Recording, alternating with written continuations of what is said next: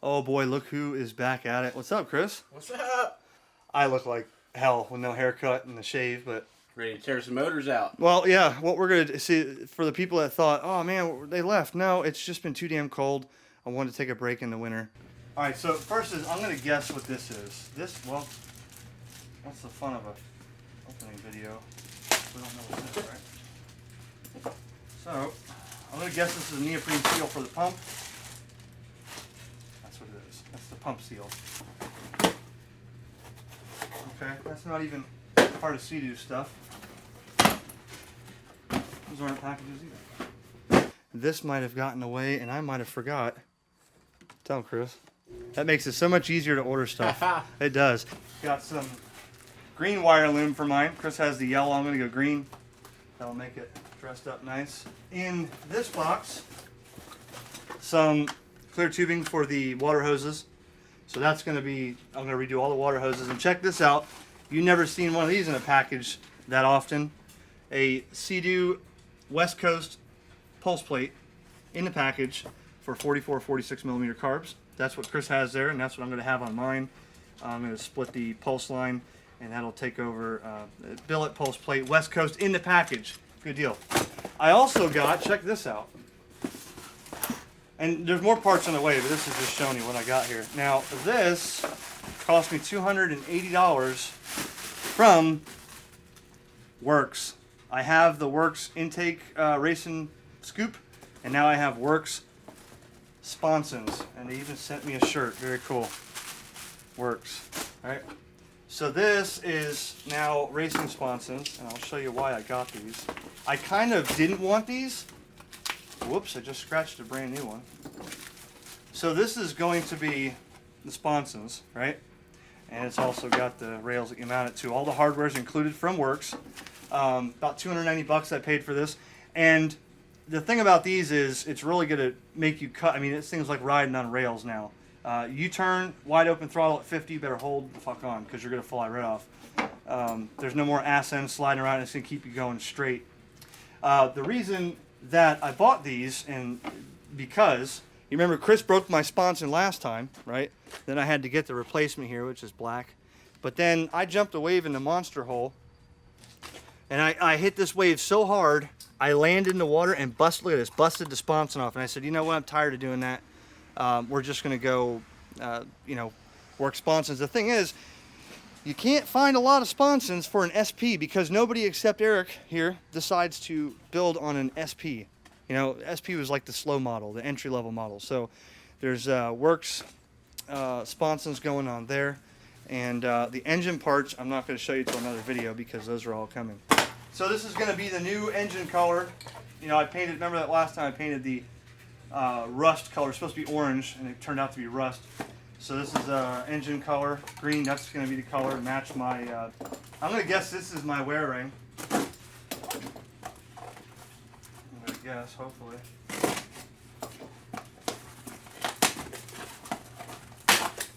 Yes.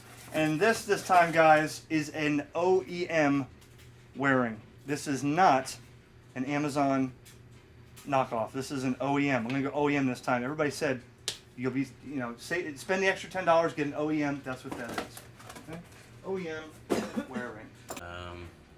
All right, in this installment, we're going to take this motor out. We already got the heads and the pipe off. We're going to just take this motor out real quick. Very simple. Take the lines off, take the starter cable off. 4 13s to take the motor mount bolts off. And normally we're going to take the pump off too, but in this situation, just because we won't get this motor out, we're going to take the pump off anyways. We're going to leave that and just kind of jimmy the motor this way. Normally though, it's way easier with these to take that shaft out and take the motor straight up, but there's really nothing here. So we got plenty of room to just slide it forward. And we're going to take this motor out and take the carbs off and start with the top end, the cylinders. Okay, so this motor came out pretty easily. Everything was already unbolted almost. Here on mine, we got mine now on the cart here, Spaczilla. And what I'm going to do is I have to take, the PTO is going to have to come off to replace that crank. So the best way to do that I found, easiest, and it may work for you differently, is to, you can do it two ways. I'm going to do it in the ski first because I got the motor bolted down. The ski ain't going nowhere. You take the motor out and try to do it, you got to strap it to the bench and all that. So here's what I've done in past situations. This is what I'm going to do again.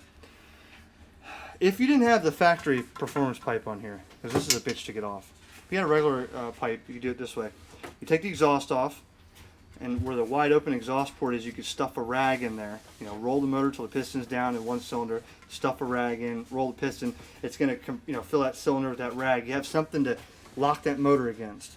What I'm going to do is I'm going to take this head off real quick, roll the piston, one of them down, drop a rag in there, put the head back on with a couple bolts. That way the motor can't move. I'm just going to turn the crankshaft till the piston comes up. It's going to try to compress that rag. It's going to get stuck. Then I'm going to put a monkey wrench on this thing with a cheater bar, pull on it and knock it loose. Okay, that way I'm not fighting the thing against the desk. A lot of people have also take the spark plug out, run the piston down, take the spark plug out, drop some rope in there, small rope, fill the cylinder up with rope, and then you turn the motor and that cylinder's full of rope. It won't turn over and locks it. So you want to block the engine. That's the easiest way I found to do it. I'm going to take this head off real quick, stuff a rag in there, put a couple bolts on, and get that cheater bar on this PTO and bust it loose. Alright, so we got that on there. The cylinder's locked. These things he's going to do it without a cheater bar. Let's see. Oh shit. So you got to get enough leverage on it where it bites and you got enough room to pull it because you're almost straight up. Normally I've broken monkey wrenches before on this trying to get it off. It's not easy. Alright, got the cheater bar on it. Go ahead. See, fucking let her eat. Oh shit. Damn it. So let her eat, man. Go, pull it. Stand on that thing. Ain't gonna break it. New crank, everything going in. Oh, the ski's coming. Let me sit on the ski here. Oh, there it goes. You get loose?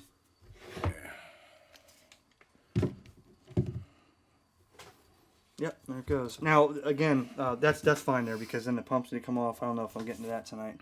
The shaft will come out because you can't unscrew that with the shaft on. There's nowhere to go.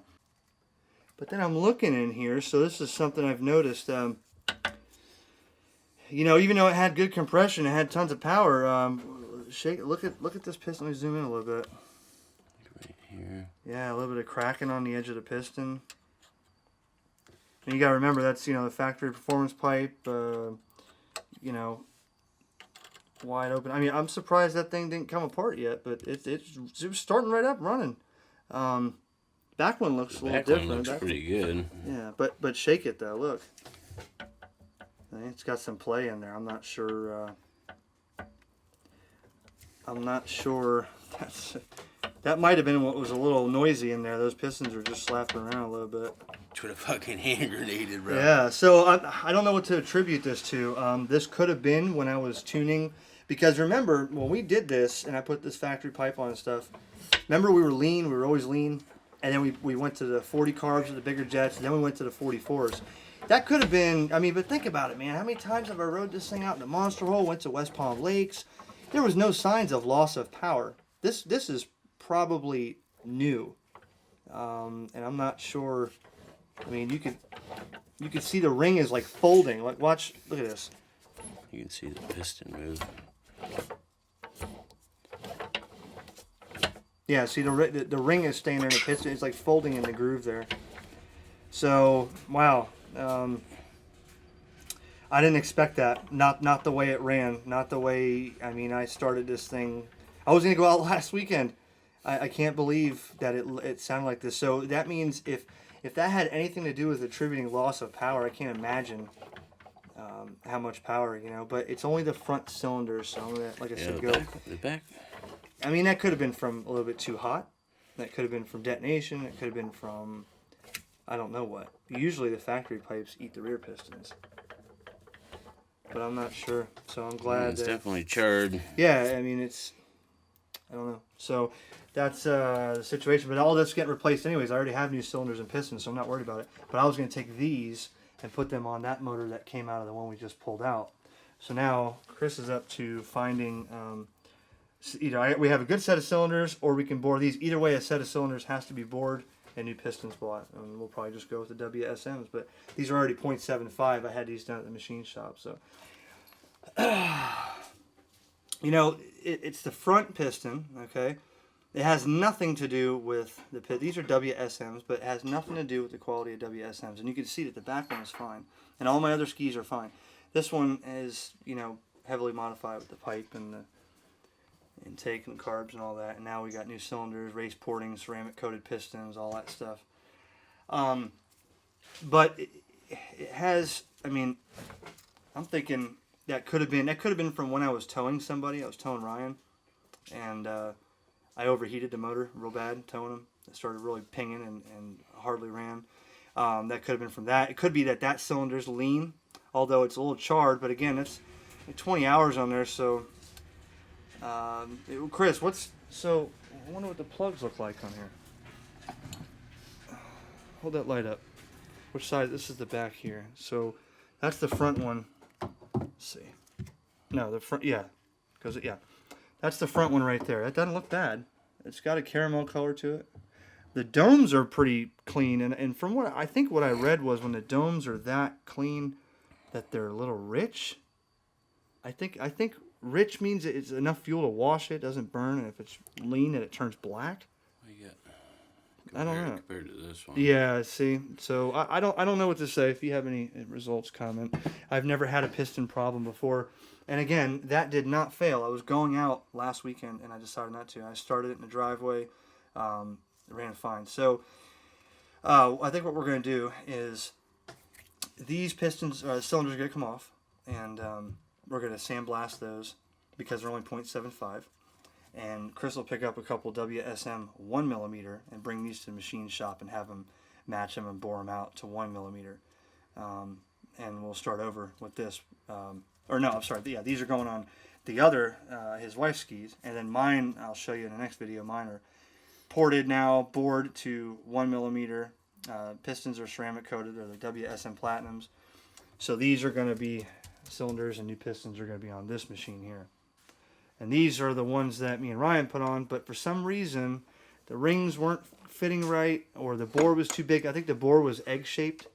Those cylinders that were on here are the ones I brought to the machine shop, because I think they were egg-shaped. But we're not going to get the motor out tonight, but we did get one out. And I'm going to clean all this up eventually, and go through all this again one more time. New crankshaft, all that stuff. Clean it out, and it's going to be ready for April. So that's the easiest way, I think, to get the PTO off while it's in the ski here. Because if you remember the video I had, was it last year? You took that crank to the shop. They had the semi-tractor trailer impact gun that they were trying to get it off with. Still wouldn't come off, so we used that. And I think that's the easiest way. So stay tuned. We got more stuff on the way. Don't forget the TDR water box here. Tony Dukas Racing. I plugged off the hole up here for the water regulator valve I'm not going to use. That'll be a nice sound to it. And thanks for watching.